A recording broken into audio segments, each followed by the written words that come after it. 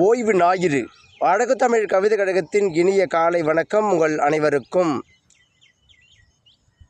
பிறரையும் போற்றி புகழ்மிக்கவர்களாக உருமாற்றி மிக உயரத்தில் அமர வைக்கும் பன்முகத் திறமையை கொண்டவர்கள் தமிழர்கள்.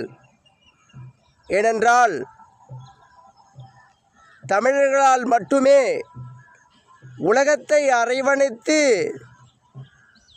அறம் செய்யும் பணியை மிக துல்லியமாக நலம் செய்து கொண்டிருப்பவர்கள் தமிழர்கள். ஏனென்றால் தமிழ்நாட்டில் எந்த துறைகளிலும் பிறர் மாநிலத்தவர்களையும் இணைத்து அழகு பார்த்து அவர்களின் வளர்ச்சியில் கைகோர்த்து அவர்களின் வாழ்க்கையை மேன்மைப்படுத்தும் தன்மையில் மனம் படைத்தவர்கள் தமிழர்கள். இன்றளவும் தமிழன் ஒருபொழுதும் பிறரை மட்டம் நமக்கு கீழ் இருக்க வேண்டும் என தட்டி பார்ப்பதில் துளியளவும் எட்டி பார்க்கவில்லை.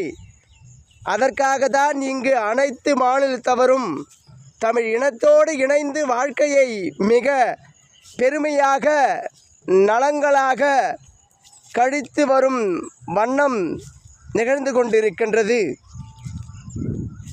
உலகிற்கே சிறந்த வழிகாட்டியாகவும் வாழ்க்கையை வாழும் தன்மையில் நிலைநாட்டியாகவும் தமிழன் திகழ்ந்து கொண்டிருக்கின்றார்கள்.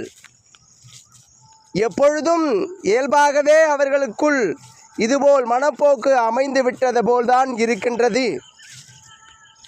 இங்கு சட்டம் பேசுபவர்கள் பல நலத்திட்டங்களை வாரி வழங்கி கொண்டிருப்பவர்களாக தமிழர்கள்தான் இருந்து கொண்டிருப்பார்கள். தமிழனை மதிப்பானோ தவிர்த்து பிற மாநிலத்தவரை மதிக்கும் தன்மையில் முதல் ஆளாக நின்று கொண்டிருக்கின்றார்கள். என்றும் தமிழனின் வாழ்க்கை பின்னோக்கி சென்று இருந்தாலும் தமிழனை பிற மாநிலத்தவரை வாழ வைப்பதில் தமிழன் முனைப்புகள் மிக அருமை.